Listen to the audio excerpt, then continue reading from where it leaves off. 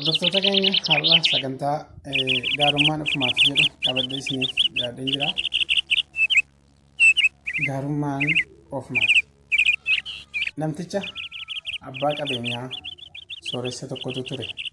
Namtichi kunis riil isteetii garaagaraa hojjechiisuudhaan kaan gurguree kaan keessa ture. Kan isaaf hojjetus hojjetaa guyyaa, hojjetaa gaarii amala qabeessa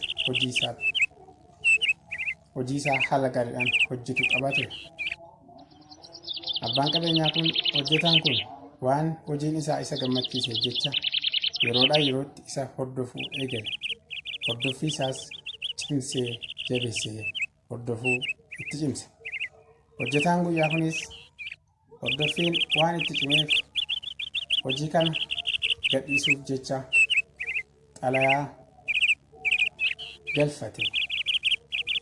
Yeroo kana abbaan qabeenyaa kun erga deemuun kan keenullee nan gadhiisa erga jettee gadhiisuu ni dandeessaa, garuu immoo hojii isa dhumaa hojii tokko naaf hojjettaa jedheen.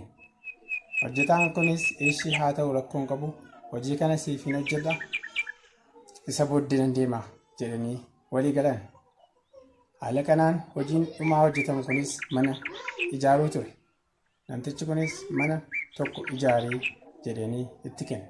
Hojjetaan kunis maaltu na dhibe, mana kana yoon haala gaariin ijaarees, yoon akkana argetti ijaarees qarshiin koo wanti naa dabalu hin jiru waan ta'eef manan akkuma argetti ijaaree akkuma natti fakkaatetti manuma har'a ijaaramee borjigu ijaaruun qaba jedhee murteesse. Kanaafuu dafee mana guyyaa 2-3tti ijaaramee dhumu mana har'a ijaaramee borjiguu danda'u ijaaree namtichaaf qulfii kenne.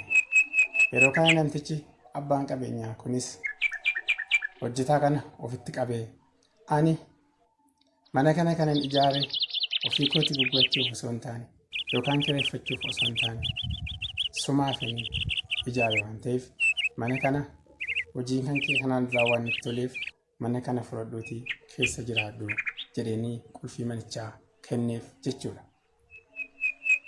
Argitanii gaarummaan ofumaaf. Osoo waan gaarii hojii ijaaree ta'e manni gaariin kun isumaaf ture. Hamma garuu mana hin taane ijaare. Mana hin taane kana ofumaaf fudhate.